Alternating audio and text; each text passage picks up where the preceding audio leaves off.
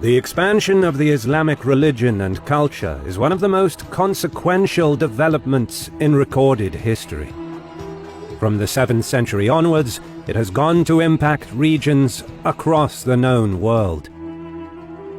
But all of the military and intellectual grandeur associated with Islamic empires that came and went over the centuries began with a battle of humble proportions but immense consequences. In 624 AD, a fledgling group of a few hundred Muslims, under their leader Muhammad, made a stand against a powerful Quraysh tribe. In the dry, arid valley of Badar in western Arabia, the Muslims arrayed for battle, putting their faith in a man who claimed to be the prophet of a new monotheistic religion.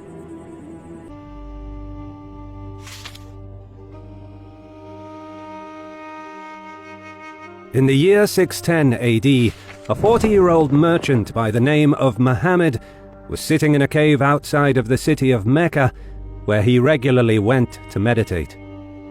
There, it was said that the angel Gabriel came to him and proclaimed that he had been chosen as a messenger of God. Muhammad hailed from the Banu Hashim clan and was a member of a family that had produced numerous tribal chiefs for the most powerful tribe in Mecca, the Quraysh. The tribe sourced their power from the control they had over trade on the western coast of Arabia, but the reach of their merchants extended far beyond the Arabian Peninsula into the Levant and Mesopotamia. Muhammad himself partook in the trade between the Indian Ocean and the Mediterranean and became known as the Trustworthy for his honesty and impartial resolution of disputes. Soon after receiving his revelations, Muhammad began preaching the message of Islam to the citizens of Mecca. At first, his monotheistic message was disregarded by many of the Quraysh, some of whom ignored and mocked his preaching. Nevertheless, a small number of converts joined his cause, and Muhammad focused his efforts on building a small community with strong spiritual bonds. He stressed the need for a moral responsibility of man towards his Creator. He vividly described the Day of Judgment and spoke against the idols worshipped by the pagan Meccans, claiming that their fathers died in disbelief and faced perdition. As his message drew more converts, he and his followers were perceived as a threat by the local tribal leaders and rulers of Mecca. This was when the Quraysh opposition arose against the Prophet, who profited significantly from the annual pilgrimage to the Kaaba and feared they would be overthrown by Muhammad. Trying to stop his preaching, some of the high-ranking Quraysh leaders tried bribing him by offering a higher position in the tribal structure and an advantageous marriage. But Muhammad refused. This created a permanent rift between his Islamic faction and the Quraysh tribe. Consequently, his followers faced persecution. Some were exiled, while others faced torture. Several attempts were made on Muhammad's life. At this time, however, Muhammad's uncle, Abu Talib, was the leader of the Banu Hashim clan, and he was able to offer protection to his nephew, much to the dissatisfaction of other Quraysh leaders. But despite Abu's best efforts, the nascent Muslim community faced further violence. And in 615, Muhammad arranged for some of his followers to seek shelter in the kingdom of Aksum and found a small colony from where they could conduct trade under the protection of the Christian king, al-Nagashi. However, things worsened 4 years later, in 619, when Abu Talib died, and with him went the protection he had offered to Muhammad. Now, at the whim of the Quraysh, the Prophet and his followers suffered violent prejudice and persecution. But by now, word had spread beyond Mecca of the coming of a prophet. To the north, the tribes of the city of Yathrib invited a delegation of Muslims to teach them the instructions of Islam. They then pledged their allegiance and had sworn to accept Muhammad as a prophet, bound in worship to none but one God. thereby becoming known as the Ansar, meaning the helpers.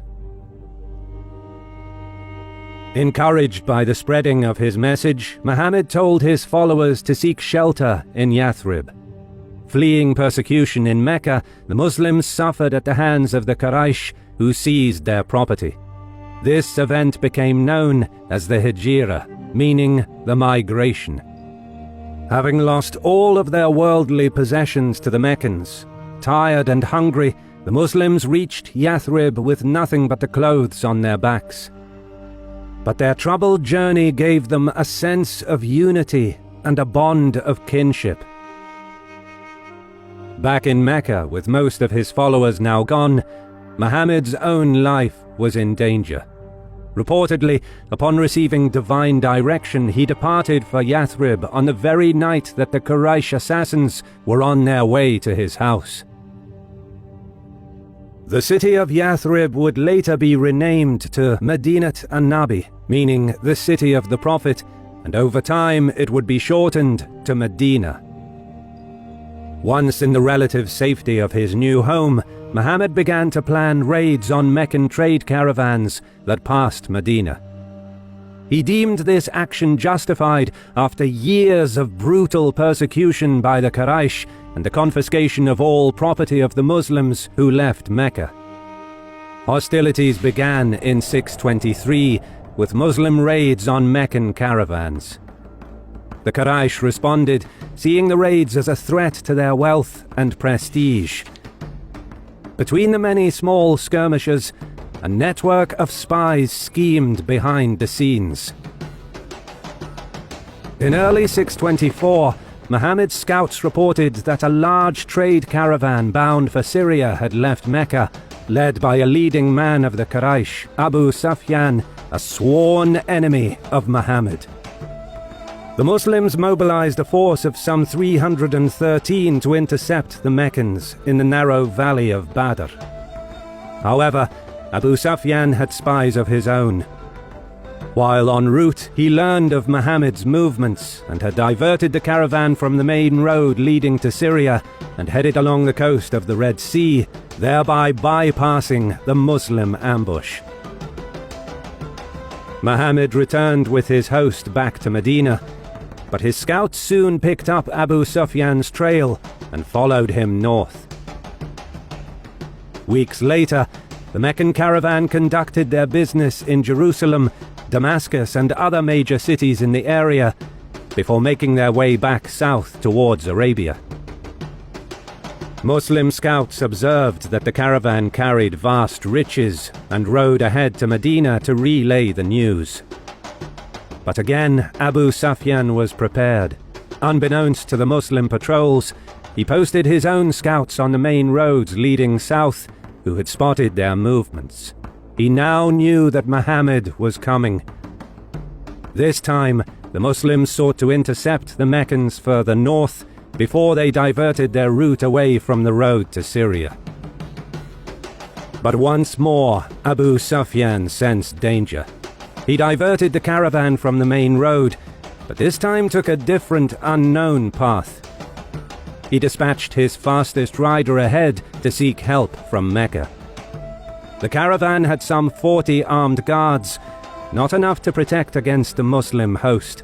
Worse, on the return journey they were slowed down by the many goods and riches, and Abu Sufyan feared he would not be able to evade Muhammad as easily as the last time.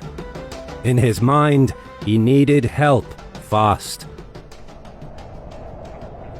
Once the rider approached Mecca, he tore his shirt and cut his camel in a few places to raise the sense of urgency in the minds of the Quraysh. He cried out for help, telling the tribal leaders that the caravan is about to be attacked and their wealth looted. Since most of the Quraysh had a share in the caravan, this exaggerated report had an immediate effect. Around 1,300 mobilized and swiftly moved north. In the meantime, Muhammad realized that the caravan had again evaded him, and he marshaled his host south, expecting to locate Abu Sufyan somewhere along the main road that connects Arabia to Syria. However, By this time, the caravan was beyond the reach of the Muslims. Abu Sufyan sent another messenger to report that they were safe. Upon receiving the news, the Meccan army was pleased that their wealth was secure and were eager to turn back. But Amr ibn Hisham, one of the prominent Quraysh chiefs and perhaps the main leader in opposition to Islam, refused to withdraw. In his mind, if they returned home, Meccan prestige would suffer. Furthermore, he argued that Muhammad, with his host of around 300, was expecting to fight a merchant caravan, not 1,300 warriors. Now was the time to catch him by surprise and hunt him down. Most of the clan leaders agreed, but some 300 warriors weren't persuaded and had turned back, while the remaining 1,000 Quraysh pushed on. Meanwhile, marching south along the main road, the Muslim army encamped in the valley of Badr. As the evening drew to a close, a heavy rain brought much relief to the men, exhausted by the long trek. During the night, a messenger arrived, carrying news that the Meccan army is coming. Muhammad and his companions sat around a fire, contemplating their next move. With the Prophet were his top lieutenants, including Hamza and future caliphs Abu Bakr, Umar, and Ali. He saw the worry on their faces. But then Miqdad, one of the Meccan companions, spoke, urging Muhammad to follow what Allah commands, pledging he will fight alongside the Prophet. Sa'd, a leader from Medina, exclaimed that he would follow Muhammad even into the depths of the sea. The Prophet then uttered to his companions, "I can see the death of those disbelievers." The next day, Muslims were ready to sacrifice their lives for Islam. At first light, as the rain subsided, the Meccans began deploying for battle. Water bearers were sent to replenish the water supplies. Little did they know that the Muslims had filled in all of the wells close to the Quraysh camp. This clever move by Muhammad had created a logistical dilemma for Hisham. Without a source of water in the hot Arabian sun, the Meccan army either had to retreat or force a battle. Furthermore, the Prophet had chosen his position wisely by setting up his camp atop a sand dune. Although only slightly elevated, from here the Muslim leadership could observe all enemy movements. But more importantly, after the heavy rainfall the night prior, being on slightly elevated ground meant that the soil dried quickly and the troops could move easily. In contrast, the water runoff carried a deluge of sand, dirt and dust from the surrounding rocky outcrops down into the valley, covering the ground around the Meccan position in wet silt.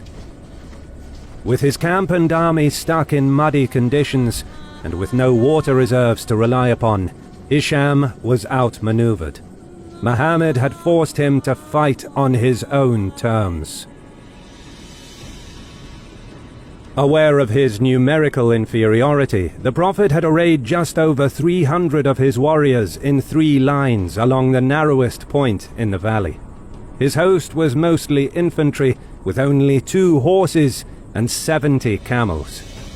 In stark contrast, Hisham commanded some 1,000 men, including 100 horses and some 170 camels. Meccan scouts soon reported on the small Muslim host, adding that there are no additional troops waiting in ambush, which meant that Muhammad and his men would fight to the last.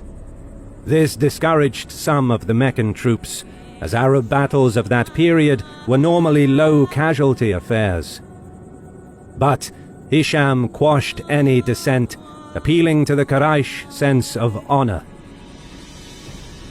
Then, out from the Meccan ranks came a warrior, Aswad, swearing that he would drink from the well near the Muslim camp or die for it. Accepting the challenge, Hamza, one of Muhammad's uncles, stepped forward. As the two began fighting, Hamza dealt a blow to Aswad's leg, before quickly striking again to finish him off. Enraged, 3 prominent Quraysh noblemen, Utbah, known for his skill and ferocity, his brother Shayba, and his son Al-Walid, came forth from the Meccan line, clad in armor and wearing shields. On the Muslim side, 3 Ansar from Medina answered the challenge. But the Quraysh refused to fight them. Their quarrel was not with them, they said, but with the Muhajirun, the first converts to Islam. They wanted to fight Muhammad's kin and his closest advisors. Muhammad's uncle Hamza stepped out once more. So did his cousins Ubaidah and Ali. With his first thrust, Ali cut down Al-Walid. Seconds later, Hamza got the best of Shayba. However, Ubaidah was mortally wounded in the duel, his leg severed at the knee. But before Utbah could deal the killing blow on the Muslim champion, Hamza charged and struck him across the neck. Ali and Hamza then dragged their kinsman back to the Muslim line, where he drew his last breath.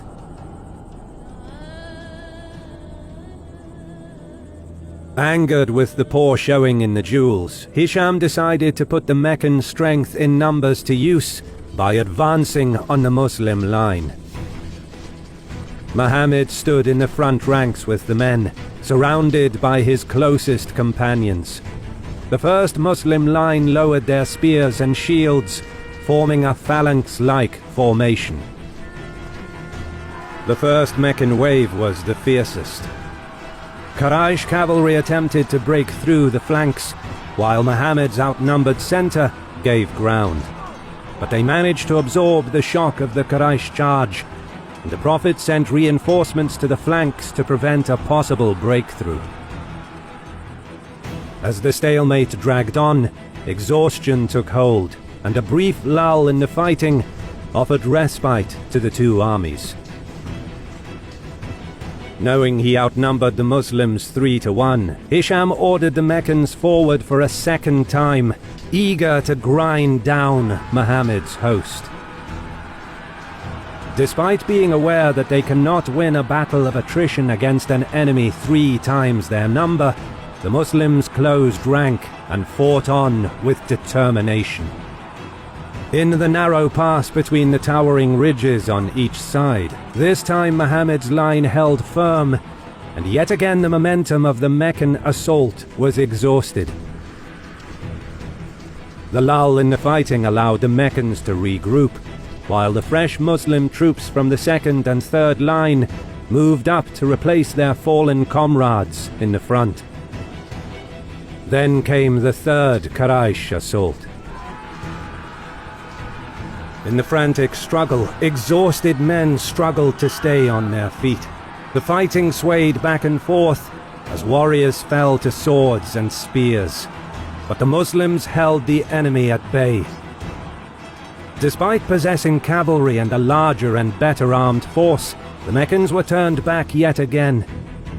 Sensing that the enemy's will to fight was broken, Muhammad signaled to his faithful to ready their arms and charge the Meccans.